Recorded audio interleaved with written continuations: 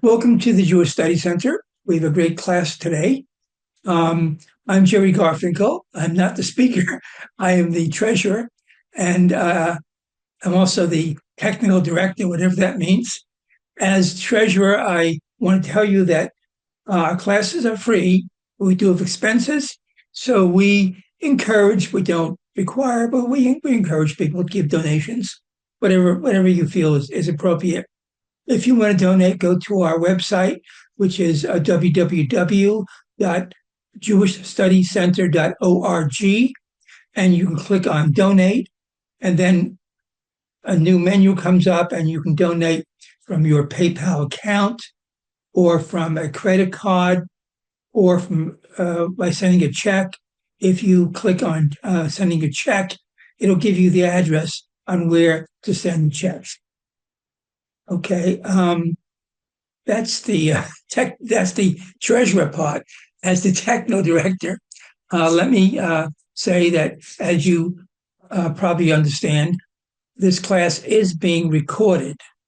After the class is over, I'm going to cut off the part before we began, and then I will post the recording on YouTube, and I'll send an email to all the registered students on where the recording is.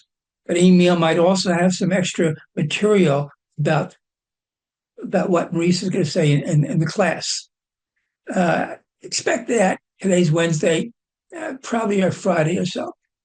Now, everybody is being muted, but we do want your comments and your questions. So put it into the chat box, but address it to everybody. Sometimes you might ask a question, someone else in the chat will answer it. Same thing with comments. Let me see. Do I have yeah, I think the closed captions are on. So if you don't understand my accent or Maurice, etc., you can do that. Let me add one more thing, which is more general. The Jewish Study Center motto is "Come learn with us," and we want people. We want to have people, help teach us about something that they know about. Obviously, so if you have a topic that you want to teach or a topic you'd like to learn about, email us at info@jewishstudycenter.org and tell us, what you want to learn or what you want to teach. A lot of our classes begin that way. Okay. So what we're going to do now is I'm going to introduce the speaker. And at the end of his talk, we'll have a question and answer session that our Vice President, Mindy Reiser, will run. So meanwhile, let me introduce you to Maurice Shohet. I've actually known Maurice for, I think, close to 20 years. I first found out about him because of his connection to the Jewish Iraqi archive. That was a collection of Jewish documents and books and things that the U.S. military found in the basement of the Iraqi intelligence agency after the 2003 Iraq War. Why they had it, no one knows. Well, I don't know, certainly. Maybe somebody knows. And it was all, swollen up with water and things because it was being bombed, the building was being bombed, etc. So all the documents were flown here, and the National Archives basically conserved it and displayed it on their website, with my former wife Doris Hamburg being the main person in charge of that. And it's gone around a number of places. Among the documents, I think, was a picture of Maurice's bar mitzvah. And there's some school documents which Maurice may have been on. So all kinds of things. And Maurice represented a group called the World Organization of Jews from Iraq. And as such, he was trying to lobby the US government that these Jewish documents belong to the Iraqi Jews, not to the Iraqi government that doesn't have any Jews in there anymore. So he's been very much involved with that. His day job, until recently, was that of managing editor of the Arabic website of the Washington Institute for Near East Policy that he just recently retired from. He's also a board member of the Sephardic Heritage International, DC, which is a group that has sort of a headquarters in Washington. So with that, let me see if I can find Maurice, and I'll let him come on if I can find him. Okay, thank you everybody for joining this event. And I will start with the history of the Iraqi Jews. It's the oldest community in the world, oldest Jewish community.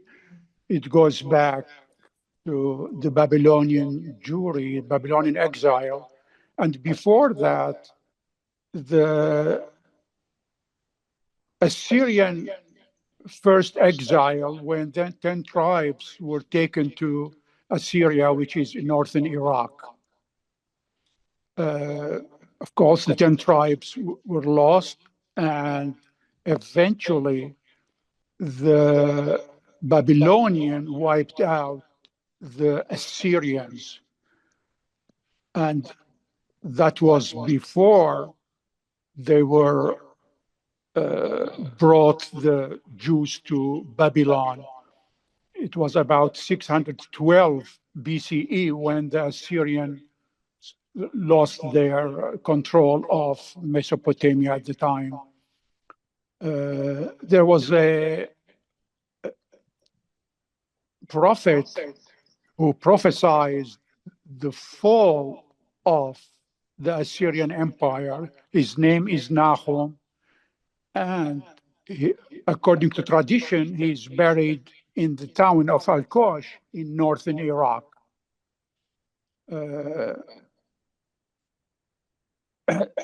I don't know if Jerry has the picture of the Nahum tomb that he can put on the screen. Do you see the Nahum tomb? Yes. Okay. As I said, he prophesied the destruction of the Assyrian Empire, and of course the lost 10 tribes that researchers think that they were probably forced to convert or whatever. This tomb used to be controlled by Kurdish Jews until they left Iraq in 1950 and asked a Christian family in the town that is mostly Christians to take care of it. That family did do that, and they continue, the descendants of that family continue to do it until now. In 2017, an American group, the Alliance for Restoration of Cultural Heritage, took the initiative and went to northern Iraq to restore that tomb of Nahum, with the help of engineers from Israel. They were able to restore it and finish the work in 2021, and it cost about $2 million.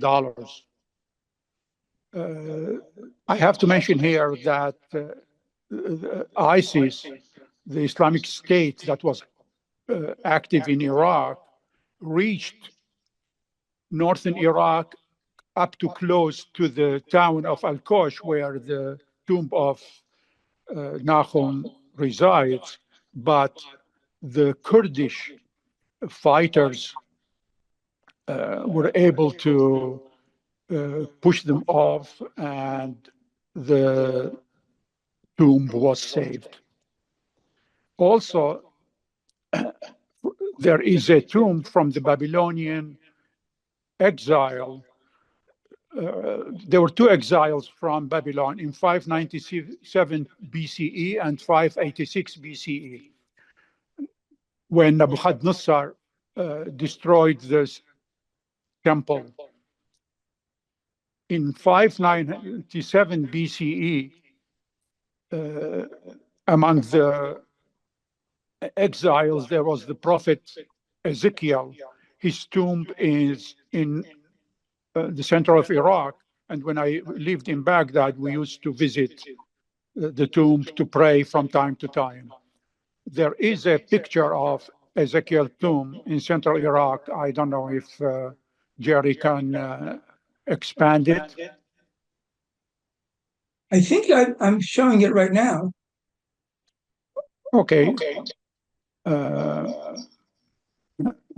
You cannot show it by itself because it shows with all other pictures.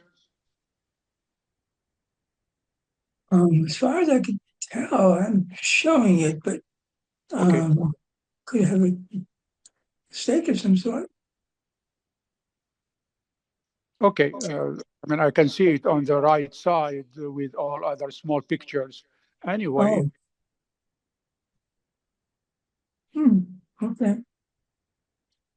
There are Hebrew writings on the top, and another Arabic writers on the left side in front of the man standing. Of course, it's controlled now by the Arabs, and that's why they added Arabic writings. No more Jews visit there in Iraq or from the outside country. A couple of people went 3-4 years ago from the West, and they were able to get to the tomb.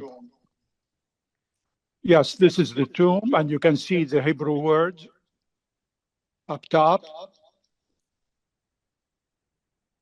and Arabic addition that was added by the Muslims in Iraq because they control it now.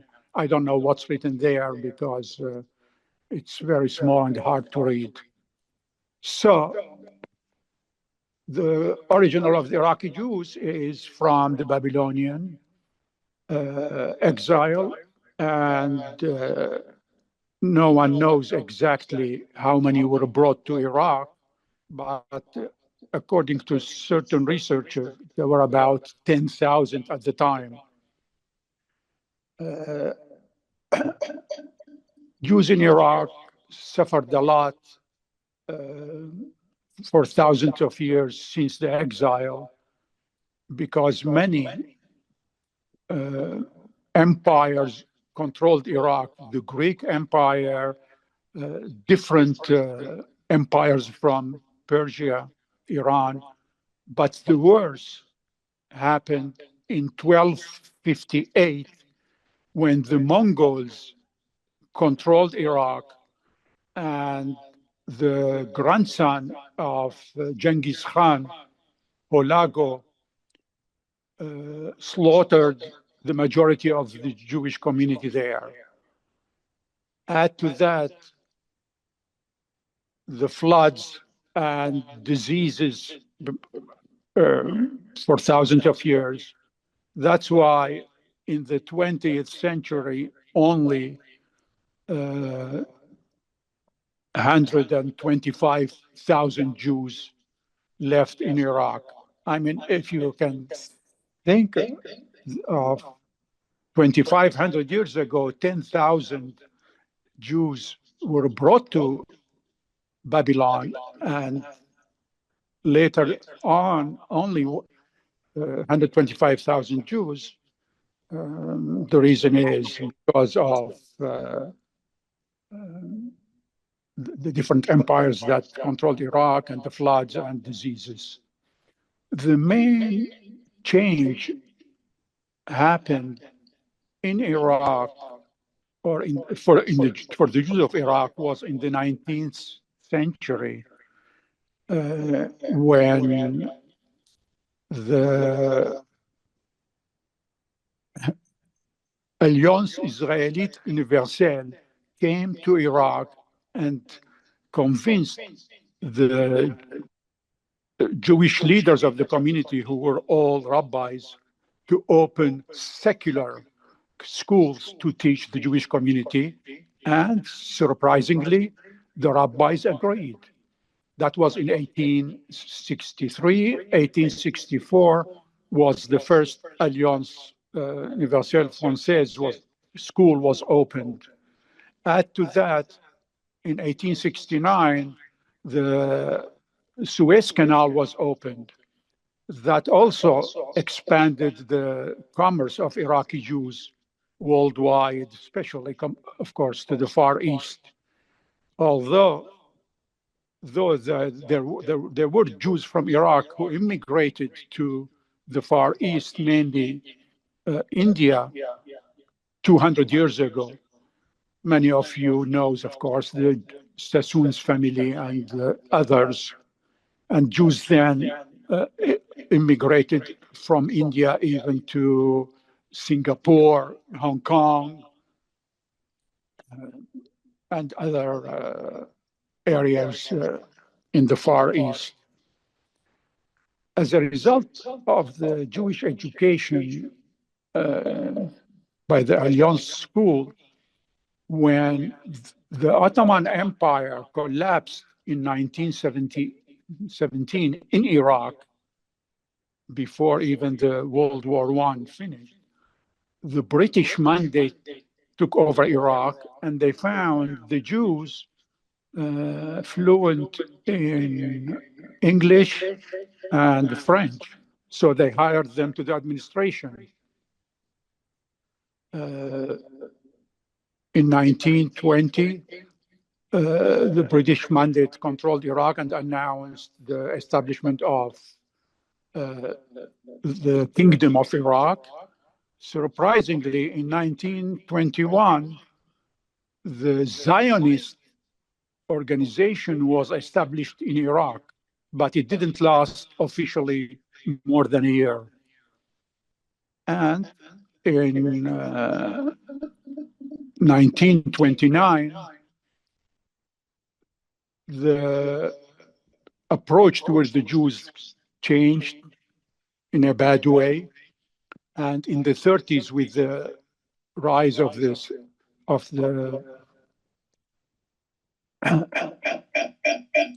Nazis in Europe, Germany,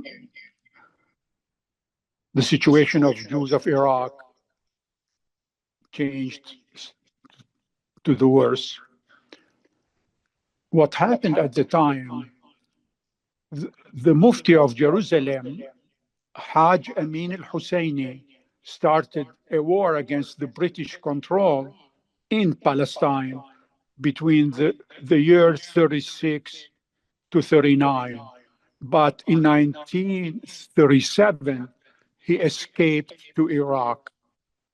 He met Hitler, as you can see in this picture. The Mufti of Jerusalem to the left, Hitler in the middle, and he tried to convince Hitler not to allow the establishment of any Jewish state in Palestine and allow the Palestinians to take over. What helped him at the time, when he escaped from Palestine in 1937, first to Lebanon and then to Iraq, he met a pro-Nazi minister in Iraq. his name Rashid Ali, that later on became prime minister of Iraq, and he also met Hitler. As you can see, Hitler on the left and prime minister of Iraq in 1941 on the right. So he collaborated with the Mufti of Jerusalem, and both of them encouraged the Nazi logic, the Nazi policy in Iraq. In 1941, on the first day of Chag HaShavuot, the Shavuot festival, the masses in certain areas where there were Jewish houses started to attack the houses. What they did, this is this picture from 1969, not show this picture.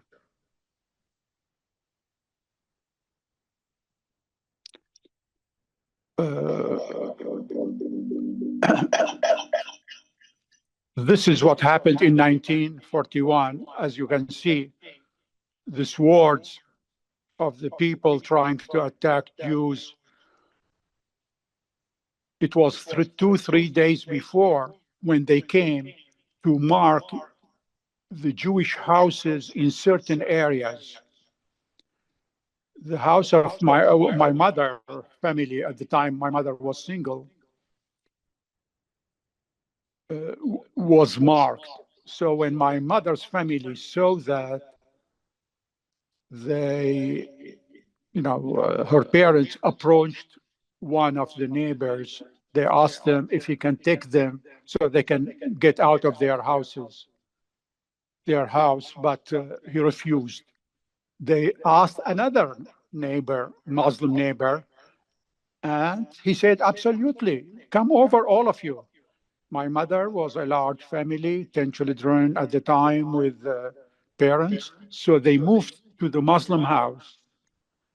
And the guy brought security, his own security. He was a big farmer. He brought his own security to protect my mother's family. So when the mob came to my mother's house, one of the neighbors told the masses, this family moved from this house to that house. So they pointed out to the house where my mother's family was there. When they approached, the security guards that the owner of the house put to protect my mother's family started to shoot on the shooter, on the masses, that they forced them to escape. That lasted for 36 hours. And then when the British Army and the monarchy came back to Baghdad, originally they fled to Iran, but they came back and they ousted the pro-Nazi regime. Only at that time, my mother's parents, my mother's family, all of them went back to their house. No one knows exactly how many Jews were killed, slaughtered at the time, but the figures go from 180 to 400. And they were all buried in mass graves. Because of the pro-Nazi regime that was for a short while in Baghdad in 1941, the young generation among the Jewish community started to think differently. The majority of them joined the Zionism organization that was once in 1921.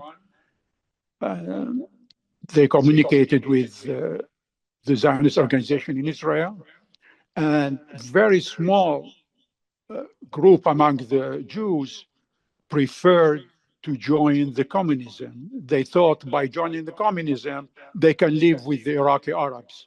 But the majority of the young people joined the Zionist organization. In 1948, when Israel established as a state, there was more pressure on the Iraqi government to allow the Jews to leave the country. And in 1950, a law was released that Jews can leave the country on the condition that they give up their Iraqi citizenship. All my parents, relatives immediately registered and joined, but my parents preferred to sell the house, to sell the business, and then register. So what happened? 125,000 Jews, I'm sorry, 116,000, I'm not sure, registered and immigrated to Israel. When my parents were about to register, they got the letters through third party from the family in Israel. Of course, they used codes. The code was the old house is better than the new house. We are living in camps. It's cold. We are living in tents and so on. So my family decided to stay in Iraq and to postpone the exit. That lasted 20 years until 1970. Before that, in 1969 and following the Six-Day War and the failure of the Arabs in that war, many Jews were arrested, and on January 27, 1969, 9 Jews were executed, and they were put in the main square so that Iraqis can come and celebrate around them. Jerry, I think you have a picture of the 2 Jews that were executed. Can you put it on?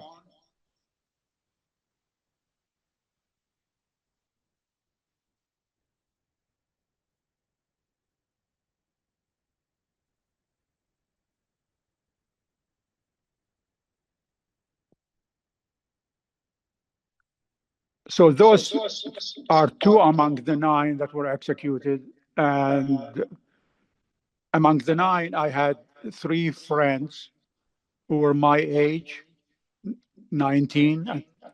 And when they were arrested and put on trial, I had to burn all the letters and the pictures that I have with them.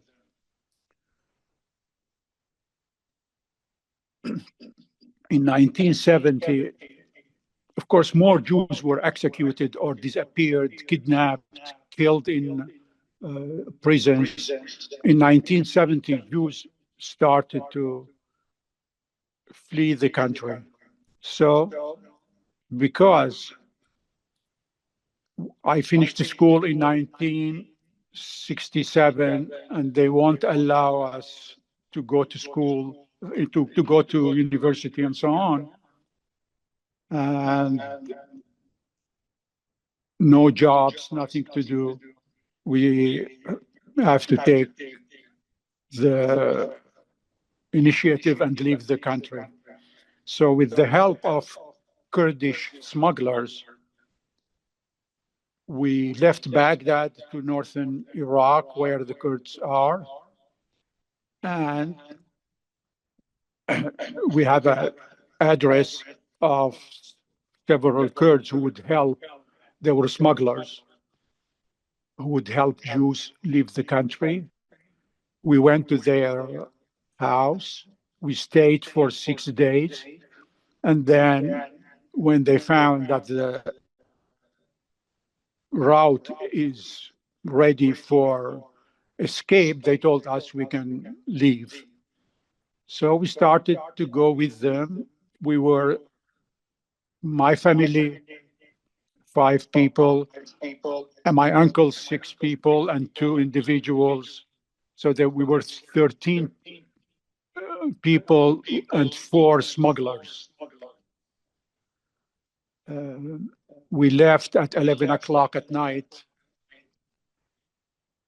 After an hour and a half by a car, we reached the borders with Iran, and we had to get off the car in order to flee, walking through the mountains to cross the border from Iraq to Iran. Of course, it's easy to talk about it now, but at the time, it was something unexpected that we have to go hours walking to reach our destination. So we started walking after an hour and a half, about 12:30 after midnight. As of a sudden, all the projectiles in the mountains were directed towards us. What happened? A dog smelled the movement of human beings in the area, and the Iraqi security knew that there are people who are crossing the borders or smuggling some kind of merchandise, because it was something usual over there, smuggling between the two countries. So they put all the projectiles on us, and we knew that they will come to catch us, and we don't know what's going to be the next step. What's surprising was the 4 smugglers that were with us left us without telling us. So we were sure that they went back to their area in northern Iraq, and they left us to our destiny. Maurice? Yes. Maurice, you're now on with your picture. If you have your computer, maybe you can unmute your computer and mute your see if we can talk through the computer without the phone. Before we used the phone because you had no other connection. Okay, can you hear me? Yes. So you can turn the phone off now. Sorry for all the problems, people.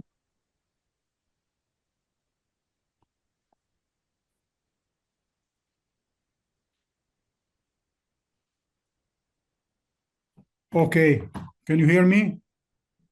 You sound fine, and the echo's gone. Okay.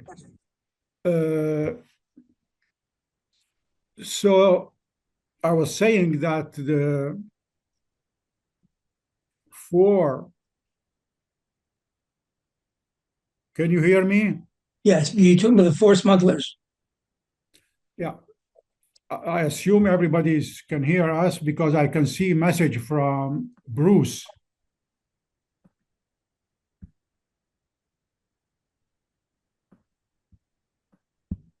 Your sound is good now, Maurice. Okay. So when the four smugglers left us, we thought that's it. The Iraqi forces gonna come, and especially that we saw the movement at the top of the mountains, the projectiles towards us, and so on. After about 10 minutes, everything light went off. The dog was taken away. We couldn't hear of him. We didn't know what's going on. And the 4 smugglers came back. Well, they told us, now we can continue. Obviously, because we paid money for to them to smuggle us, they went and they paid the Iraqi security personnel. That's why the Iraqi security people turned off the projectiles and as if allowed us to leave the country after they were paid by the smugglers, whom we paid them large amount of money. It's just was unexpected. And by 1:30 after midnight, we saw a soldier walking. The smugglers told us, don't worry, this soldier is an Iranian one. And of course, when I say Iranian, that was during the time of the Shah of Iran, not the Islamic movement, the Islamic Republic that came to power in 1979. It was 1970, and the Shah was pro-Jews, pro-Israel. So the smugglers went and spoke to the Iranian soldiers and told him about us. He immediately called a military vehicle. They came and they took us to the town, the small town where there is a small hotel, and we spent the night there before we took the train to Tehran. So at the time when I was on the border and waiting for the military car from the Iranians, it was just an opportunity to turn back to our country of birth and remembering everything that we went through, the difficulty and the beauty and the tombs of prophets that we used to visit and so on. So we went to Iran from the border to the city of Tehran. And of course, many Iraqi Jews have already started to flee ahead of us. We saw them in Tehran in the hotel, and many of them after us who came. That was in 1970. I will jump for a little bit to 2002, 32 years later. I was on a bar mitzvah celebration in Montreal of my cousin's children. And everyone who came from outside Canada was invited in a private event the night before the bar mitzvah celebration at the home of my cousin-in-law. My cousin-in-law had us invited, so I came from the United States, I was invited. While I was there, one of the invitees came to me and spoke in Iraqi Arabic. He said, "Can I talk to you on the side?" I said, "Sure." We went to a side room, and he said, "Are you Maurice Shohet?" I said, "Yes." He said, "Did you live at this address?" And he gave the address of our house in Baghdad. I said, "Yes." I said, "I don't know you. Who are you? I have a good remembrance about faces and so on." He added, "And you used to look from your garden up the building in front of you, you used to look at the Greek lady by the name Sula." I was shocked about how much he knows about you. I said, "Who are you?" To my surprise, he said, "I was one of 4 intelligence people who used to watch you at the time." I said, "What? What are you doing at my cousin's bar mitzvah?" do you live here? He said, no, I came from Iraq a week ago. I said, how did you end up in my cousin's bar mitzvah celebration? He said, oh, her husband, which means his son-in-law, works with my cousin. And because he came to visit his daughter and her husband and the family, and they knew that he's here, they invited him for the event. So after 32 years of leaving Iraq, I met someone who used to watch me, and not only me, but all the family. And I met him in Canada, and that tells you how the world was small. That was in 2002. In 2006, 2007, another surprise. I was at a lecture at the National Defense University about Iraq, and I met someone, Iraqi Muslim. After we introduced to each other, I asked him, are you from this family? He said, yes. I said, are you related to X person? He said, he's my grandfather. So I told him, if he's your grandfather, he was the one that protected my mother's family in his house in 1941. What a small world that you meet descendants of a family that helped my mother's family during the pogrom of 1941 in Baghdad after 65 years. I think I should stop by now. If Mindy has anything to ask or take questions from the people involved. I forgot to mention that during my time in 1970, we were 3,100 Jews. Today, there are only 3 Jews in Iraq. All of them live in Baghdad. I'm in touch with them, and kind of they lost the the will to start a new life outside Iraq.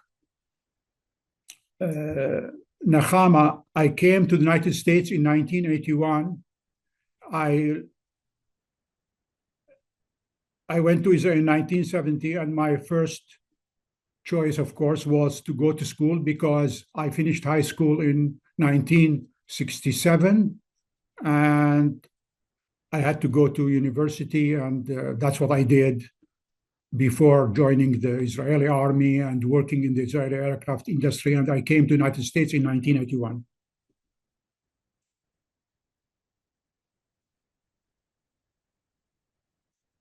Okay, where right now? I'm sorry? Do you want to add anything at this point, or? No, I mean, if you have any questions. I do. I mean, there's so much richness here. Let's go back to another time long ago.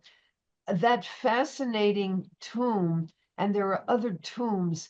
Tell us a little bit about the role the pilgrimage of Iraqi Jews to the tomb meant. Were you praying for your own family? Were you praying for the history of the sages of Iraq? What did these tombs mean in your life? We used to go during the Shavuot festival, where the chief rabbi of Iraq prepared special paragraphs to be said that during that festival. So we used to pray the full service of Shavuot, plus some chapters about the specific tomb with specific prophet that are in the Tanakh. Our family used to go to Ezekiel tomb in the center. We never went to the northern one of Nahum, which is, very far from the center. So that's how we prayed. We prayed again the service of Shavuot, tens of Jews at a time, and there were no problems in visiting the tombs until 1967, when the Six-Day War erupted, and that was the end of it. Okay, so prior to that, then, the relations between Iraqi Muslims and Iraqi Jews was quite positive. Is that correct? You cannot say that completely. For example, it depends on who ruled Iraq at the time. Jews of Iraq, during the time that I lived there, the best period was between 1958, when Iraq became republic, and 1963. But in 1963, the Ba'ath Party took power the first time in Iraq. They came in twice. So when they took power in February 1963, they were ousted in November 1963, but they came back in 1968. That's when they executed the Jews. So after 1963, no more Jews can leave Iraq. So we were not allowed to leave Iraq. After 67, they discontinued our phones at home. We cannot communicate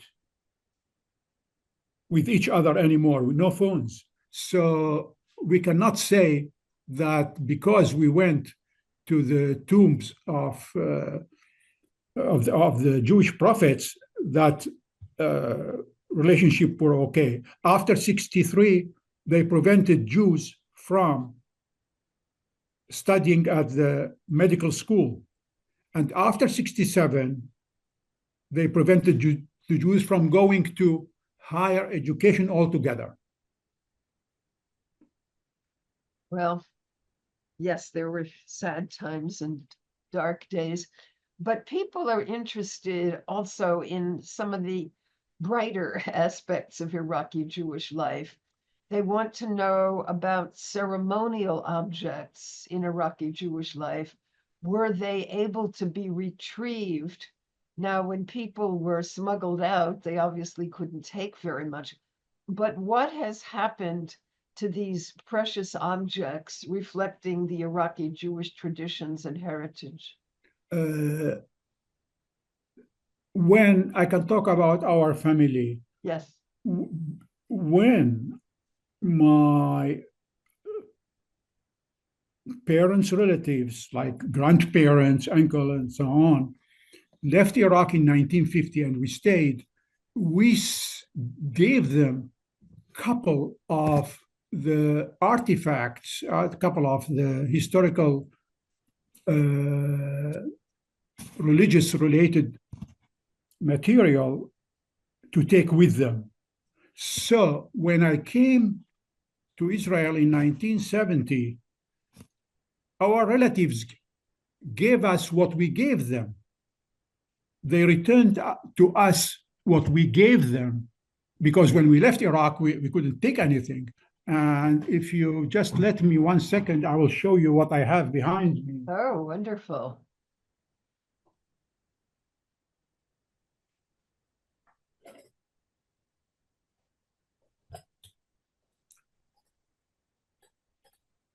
Oh, wow. Okay. This is the cup of the wedding of my parents. Oh my gosh. So it is a cup for Kiddush here. This is the cover, and this is the cup. So this is from my parents' wedding from 1946. This is also from my grandparents' gift to my mother. Oh my. Would Also from the time of the wedding. Would these have been made by Jewish craftsmen or other people? Yes, by Jewish craftsmen in the 40s when the number of Jews was about 125,000. I mean, if I knew that it's of interest, I would have brought the Megillat Esther that I have it at the second floor in the house. That is from my grandfather, that goes 100 years ago. Okay. Again, there's a question asked that would require more time than we have, but this person is interested in your identifying specifically Iraqi Jewish traditions that you think would be interesting. Of course, you yourself have been in several worlds, so you have a feeling for Jewish traditions in other countries. But what would you highlight about Iraqi Jewish traditions? Well, because we are the descendants of the first exile from Babylon, of course, the most important part of the Jews who were exiled to Babylon was the Babylonian Talmud. So it was finished, I mean, it was written between the 3rd and the 5th century of the Common Era, lasted for more than 200 years, while the Jerusalem Talmud was finished in the 4th century of the Common Era. So the Babylonian Talmud lasted 100 years longer. Of course, there are certain interpretations in the Babylonian Talmud that are wider than those in the Jerusalem Talmud. And if I am not mistaken, I heard once a lecture in Israel, I don't know how accurate it is, that whenever there is a difference in interpretation between the Jerusalem Talmud and the Babylonian Talmud, we refer to the Babylonian Talmud. I am not expert in the field, but this a lecture that I heard once. So that was the most accomplished things of the Jewish community. And luckily, I say to myself, we had the 19th century when, as I said earlier, when the Alliance Française Universelle came to Iraq, they brought the Western civilization to teach the Jewish community, and that was the reason why the Jews were successful in the 20th century in Iraq and all over the world. Okay. Let's turn to a little bit of the cloak and dagger aspects of your life.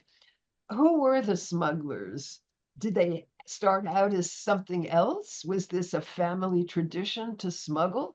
And were they successful? Were they ever caught and executed? The borders of Iraq and Iran are full of smugglers. Arabs in the south and Kurds in the north. And it goes both ways. Also, Iranians smuggled to Iraq. So that was history. The official job of the smugglers that took us, they have a coffee shop. But I guess that they do smuggling on the side. I don't know. How did we know about them? Our neighbor, a Jewish doctor, had one of them as his one of his patients, and he told him that he will be ready to smuggle him. He was smuggled ahead of us. So when he was smuggled, he gave us the information about the smuggler, and we contacted him, and we left after him. So it's depends whom you know. Our family by itself didn't know any smuggler. If it wasn't of the Jewish neighbor doctor, we wouldn't have known anyone. Okay. There is someone here who has some connections through her family to you. So I think the best thing to do might be for her to write to Jerry at the study center, and he can communicate with you, and then you can share experiences or history, if that sounds like a good strategy. No problem, sure. Okay. Think we've exhausted you, Maurice, in terms of relentless questioning. Do you have any thoughts in closing that you want to share about your experience, about the continuity of Iraqi Jewish traditions? Ever think that people will be able to return? Would they want to? Well, I don't think any Jew would want to return to Iraq. We all follow the news and know the regimes that were there. I myself went to Iraq in 2004 with the Americans, a year after the war, for the purpose of trying to,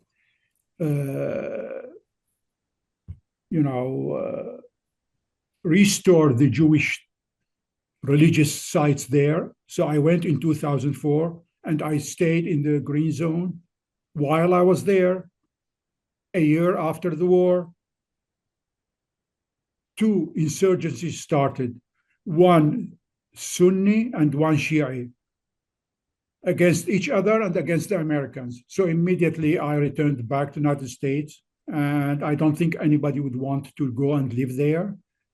This is a chapter that was, I would say, closed. Those three that left in the country, sooner or later, they will not continue to stay alive, of course. They will lose everything. And our wish is that a time will come when Arab countries, including Iraq, will make peace with Israel. We don't know if it's going to be in the future during our life or not. And there will be compensation for the Jews who lost their assets. After all, we are talking about 125,000 Jews that left everything behind. Okay, there are one or two more questions.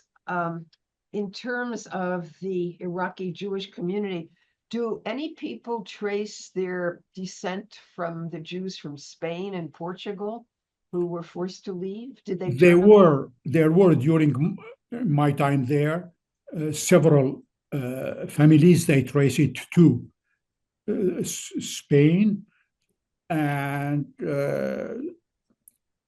they came, according to them, from Spain in the 18th century or so to Iraq. And in terms of my family, on my father's side, we were able to trace all our ancestors going up to 300 years back, all to Iraq. So. Okay, I shouldn't end this with an unhappy question, but I'm curious. You showed us the picture, the distressing picture of the people who were hung. Were these people particularly irritating to the people in power? Why were they chosen? Well, they were chosen, randomly. Unfortunately, the majority of them from the town of Basra, south of Iraq. It was a time when the Ba'ath Party felt that its support among the masses is weakening.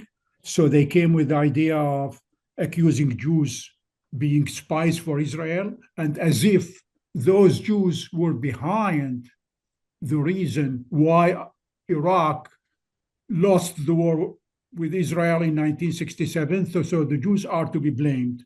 So they randomly chose Jews and executed them in order to get more support from the masses in Iraq, and so that they don't feel that the Iraqi army was weak, and that's the reason they lost during the war. Now, saying this, after the war between Iraq and the United States in 1991, following the kicking out of the Iraqi army from Kuwait, the former Iraqi foreign minister at the time, his name is Tariq Aziz, he was Christian, was interviewed about the spies, Jewish spies. And he said, actually, there were, at the time, the Iraqi army and the government felt weakness among the masses, and we accused the Jews. So he admitted that the whole story was a fake. Oh my gosh, many tales. And we haven't even touched on the Christian presence in Iraq. Is there anything you want to say about that? All what I will say that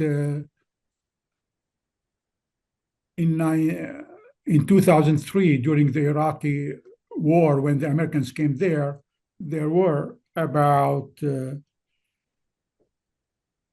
400,000 Christians in Iraq. According to latest figures, only 150,000 left in the country. The majority of them left Iraq because of the deteriorating situation there and the pro-Iranian regime that discriminate among minorities. Okay, let me just say we've gotten some very laudatory comments, Maurice, about your presentation. This will be recorded. Someone told us that they regretted they came in late and missed some of your conversation with me, and also missed the presentation earlier. So that will be recorded. And I'd like to hear now from Jerry, who's been quiet for a while, and his reflections and any questions for Maurice. Jerry? Yeah, I think I'm here. You can hear me, I assume? Yeah. Mm-hmm. Okay. Before I begin, I mean, I want to have a few things I want to say, but I'm wondering if Mark is still there from the Sofer family. I think it's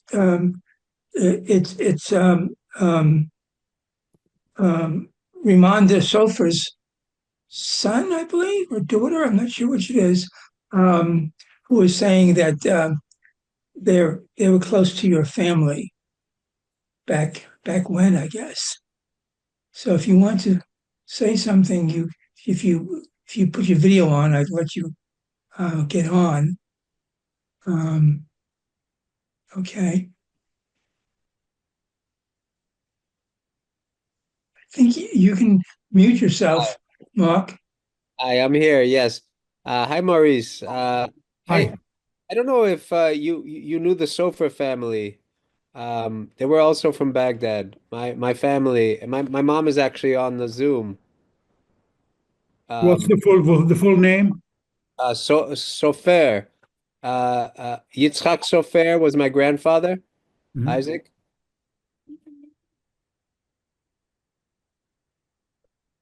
Yes. Raimonda? Yes. Raimonda's on here actually. Yeah. Sure, I know the family, absolutely. If You I were am not mistaken, he passed away in northern Iraq Yes. during the time of they were trying to escape Iraq and so on in 1970. Yeah, my mom actually went to university. You said that in 1967 Jews couldn't go to university? Yes, but she went 1966 probably. Ah, okay. 1967, no more Jews can go to Iraq to the university. Yeah. So I mean, was life very I mean, what was it pleasant in Iraq? I mean, growing up there? Uh, I mean, the peak until 1963. From the 50s were fine, early 60s, but once the Ba'ath Party came to power in 1963, things changed, and we couldn't. Yeah. That was the beginning of the end of the community. Okay. Yeah. Thank you very much. Yeah. Sure. Okay. Good to make the connection. I'm gonna take you off for now. Okay. It's an amazing story you have, Maurice. I've known you for a number of years, but I had no idea about how strange and dangerous your story was. So your background, you would be Mizrahi rather than Sephardic? Yeah. It's called today Mizrahi. Sephardic is different. Yeah, Sephardic are those who came from the Iberian Peninsula, and Mizrahi are those who are from the Arab countries, but did not come from the peninsula. Okay, yeah. I still am amazed at your story. Okay. If there's any other information, oh, by the way, there's also from the chat, I saw Randall Mars saying he's writing a musical, I think, about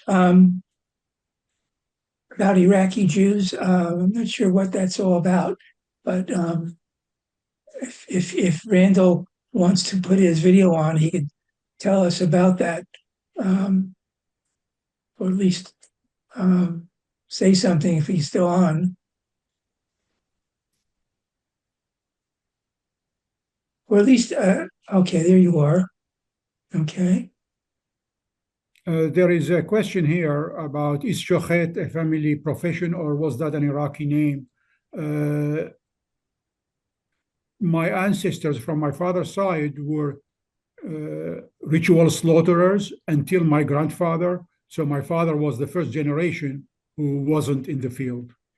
Shohet is a ritual slaughter, just for the people who may not know about my that. grandfather was, that was his profession. Well, wait a second here. How was the name attached to the individual? Did they choose it themselves, or was it given to them by other people in the community? It was given to them as a result of the profession. Like they added the title of Shohet. Yeah, like my last name, Garfinkel, I think, comes from the fact that probably someone in the past was a jeweler, because it comes from that kind of thing. A lot of our names come from occupations of our ancestors. Okay, Randall, you want to say a couple words? Oh, I just want to say, well, it's the story of the Al-Fasi family, and they're in Iraq during that time of the Farhud. I'm sorry, what's family? What's the name of Al-Fasi?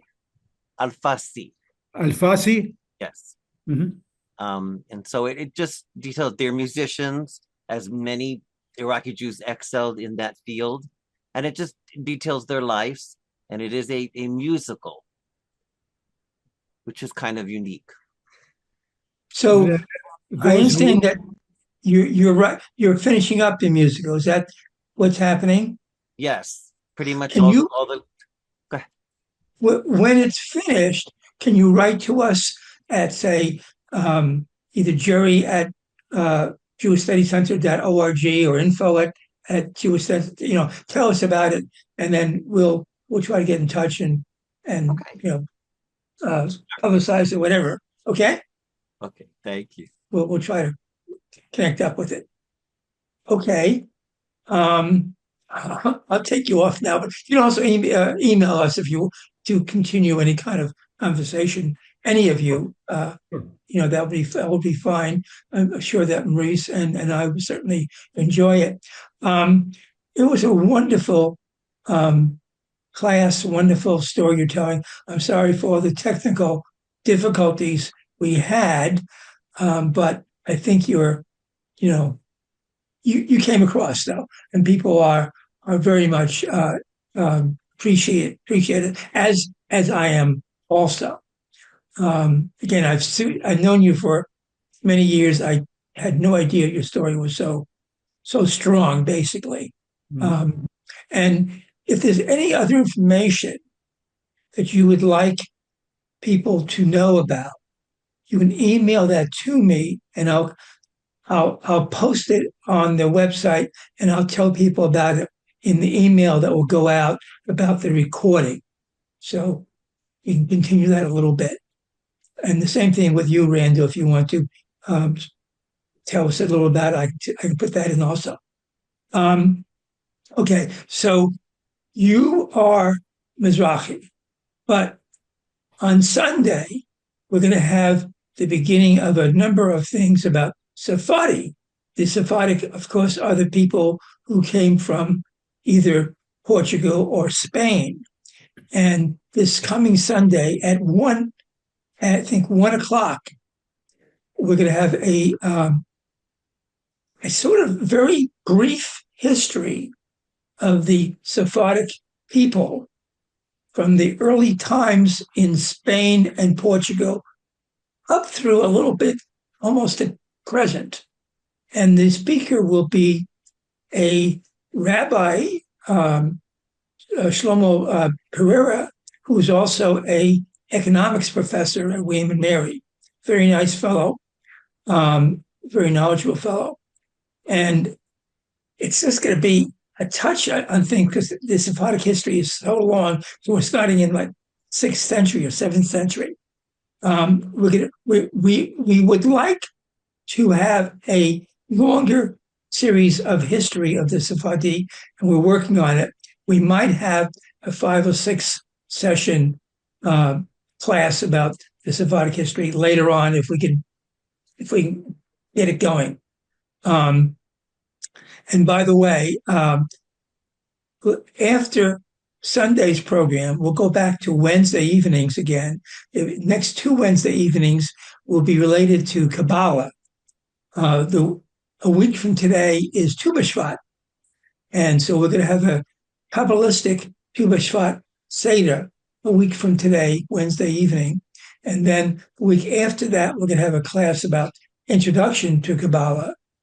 And then the week after that, we're going to have our annual Latka Hamantash debate, which will be in Addis, Israel, but also be on Zoom. So we have all those things. That's the month of February. In March, we're going to start with another Sephardic class about Donya Garcia Nasi. And that'll be again Sunday afternoon with Reb Shlomo, as I call him. And then after that, on the Wednesday after that, we're going to have a class about the Viennese Jews and their simulation or Jewish identity and how they related to each other. It's kind of related in some way to the very popular play that started last year on Broadway and has come around the country called Leopoldstadt. So the name of that class is Leopoldstadt, Great Theater, Poor History. Talk about how that relates and stuff. So again, thank you very much, Maurice, for explaining about your story and about Iraqi Jews. The recording will be posted on YouTube in a day or so, and the email will come out about it. And thank you, Mindy, for both your great questions and your questions from the chat. And thank you all, people. I'm going to look later on at the chat, and maybe I'll send it to you, Maurice. And if there's interesting things on, I may post that also on the website. So On Sunday afternoon, Reb Shlomo will talk about Sephardic origins, the beginning of, well, brief, very, very brief history of the Sephardic people. Okay, that's it for today. Thank you so much. Thank you. Au revoir. Au revoir.